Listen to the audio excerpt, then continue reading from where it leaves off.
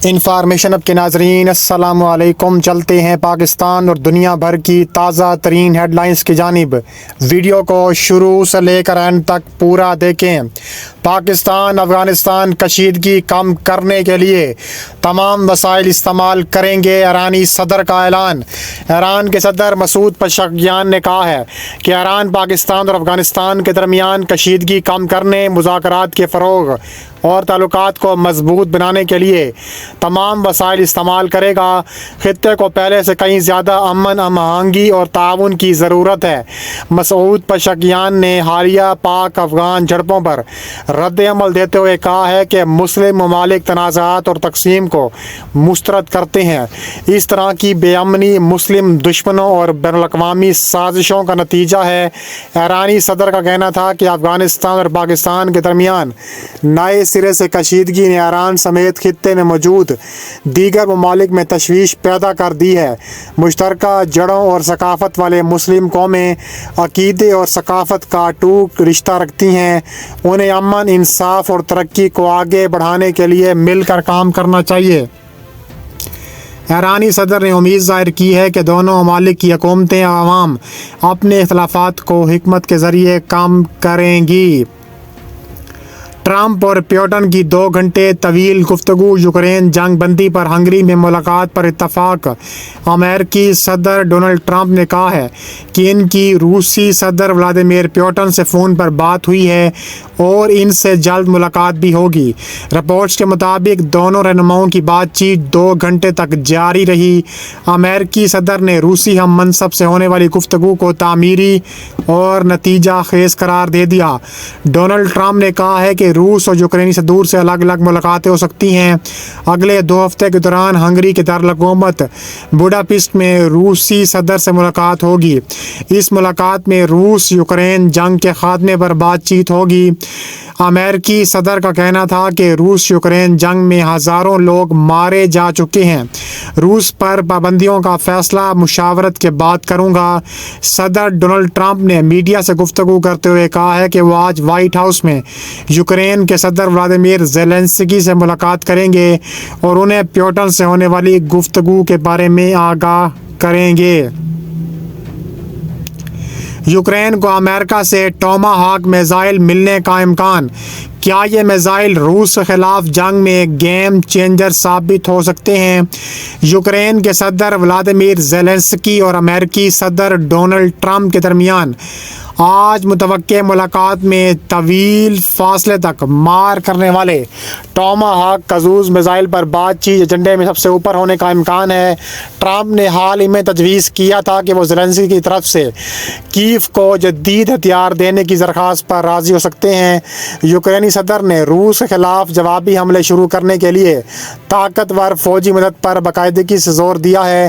وہ اس ملاقات میں اچھی خبر کی امید کر رہے ہیں، جو جنوری کے بعد سے ان کا امریکی دارالحکومت کا 3را دورہ ہوگا۔ یوکرین نے حال ہی میں اپنے طویل فاصلے تک مار کرنے والے کروز میزائل فلیمنگو کو نصب کیا ہے، لیکن اب بھی روس کے خلاف جنگ کو فیصلہ کن طور پر موڑنے کے لیے اسے ٹوما ہاک کی ضرورت ہے۔ کہا جا رہا ہے کہ یہ امریکی میزائل اتنے اہم کیوں ہیں اور واشنگٹن نے انہیں پہلے یوکرین کو کیوں نہیں دیا۔ سن 2022 میں روس کے حملے کے بعد یوکرین نے طویل فاصلے تک مار کرنے والے میزائلوں کے لیے متعدد درخواستیں کی ہیں، کیونکہ وہ ایسے روسی شہروں اور اہداف کو نشانہ بنانا چاہتے ہیں جو میدان جنگ سے دور ہیں۔ ماسکو نے اس سے قبل واشنگٹن کو کیف کو طویل فاصلے تک مار کرنے والے میزائل فراہم کرنے کے خلاف متنبع کیا تھا اور کہا تھا کہ اس سے تنازع میں بڑے پیمانے پر کشیدگی آئے گی اور امریکہ اور روس کے تعلقات کشیدہ ہوں گے۔ اس سے قبل امریکہ کی جانب سے فراہم کردہ ٹوما ہاک کے کچھ ویژنز کی رینج 2500 کلومیٹر ہے، جس سے ماسکو بآسانی ان میزائلوں کی رینج میں آ سکتا ہے جو یوکرین کی سرزمین سے داغے جائیں گے۔ اگرچہ ٹوما ہاک سونے کی رفتار سے اڑتے ہیں، لیکن وہ زمین سے صرف 10 میٹر کی اونچائی پر ہوتے ہیں، اس لیے انہیں روکنا بہت مشکل ہو جاتا ہے۔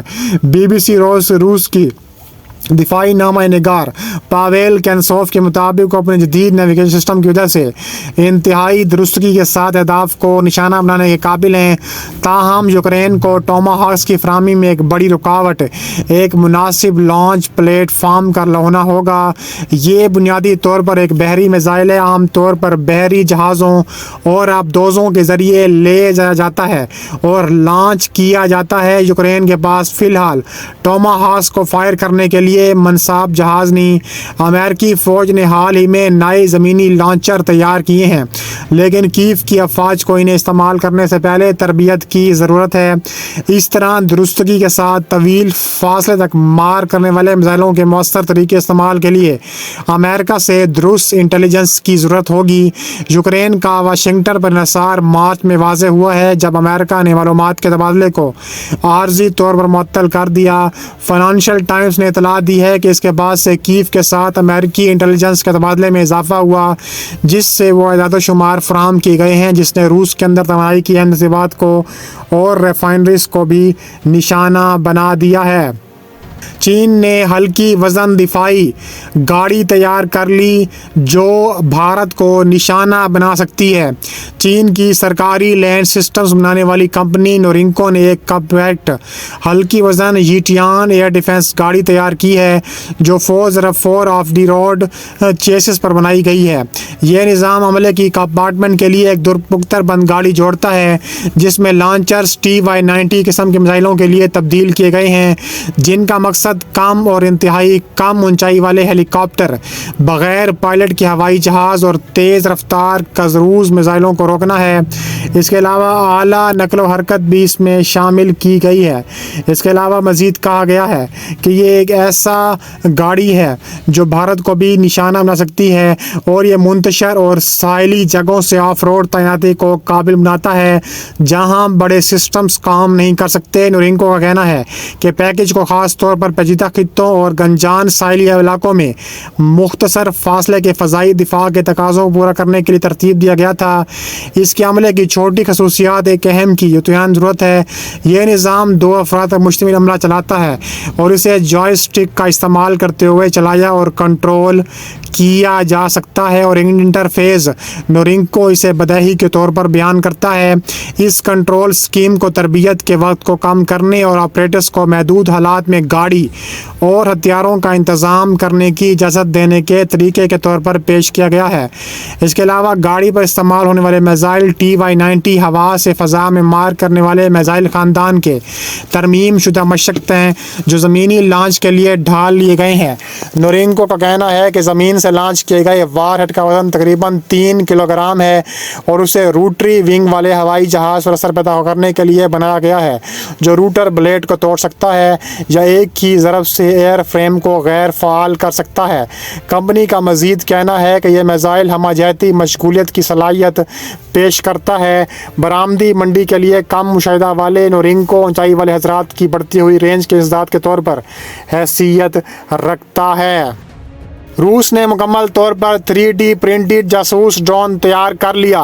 روس کی ایزیموٹ جو سرکاری روسٹیک دفاعی کاروبار کا حصہ ہے، اس نے اضافی مینوفیکچرنگ ٹیکنالوجی کے ساتھ تیار کردہ ایک نئے مقامی طور پر جاسوسی ڈرون کی فیلڈ ٹیسٹنگ شروع کر دی ہے۔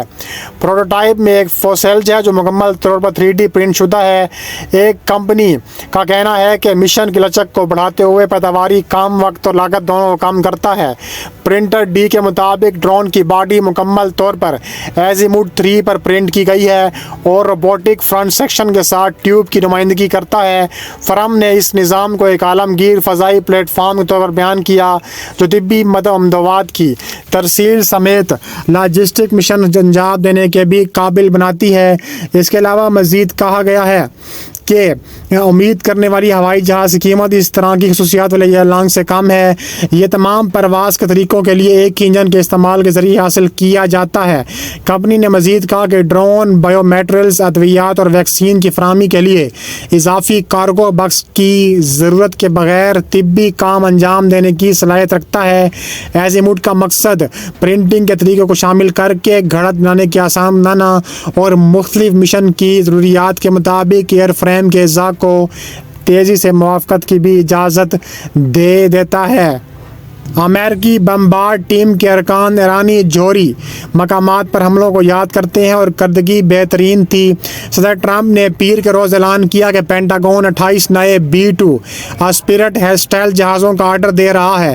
وہ فوجی جیٹ جو کئی دہائیوں سے امریکہ کے فضائی دفاع اور عالمی کارروائیوں کے نیزے کی نوک رہا ہے، جو ایران کے خلاف بھی استعمال ہوا ہے۔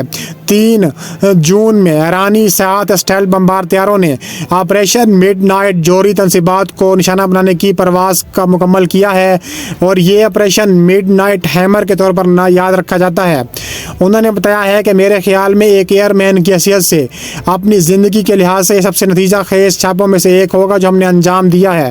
اس کے علاوہ کہا جا رہا ہے کہ ویٹیلا کو اتنا اہم طیارہ بناتا ہے کہ B-2 بتاتے ہیں کہ بہت سے طویل فاصلے تک مار کرنے والے ہوائی جہاز موجود ہیں، بہت سارے طیارے ہیں جن کا پے لوڈ زیادہ ہے، وہاں دوسرے اسٹیلتھ طیارے بھی موجود ہیں، لیکن B-2 ایک ایسا طیارہ ہے جو ان تینوں کو یکجا کر کے ایک بمبار بنتا ہے۔ کہا جا رہا ہے کہ اس کا ڈیزائن جو طیاروں کو دشمن کی فضائی حدود میں جانے میں مدد کرتا ہے، اس کا ایسا ریڈار ہے جس کا پتہ ہی نہیں چلتا کہ کس جانب سے B-2 آیا ہے اور کب گیا ہے، اور یہ اسٹیلتھ ہے، اور یہ امریکہ میں مزید امریکی فضائیہ میں شامل ہونے کے لیے تیار ہے۔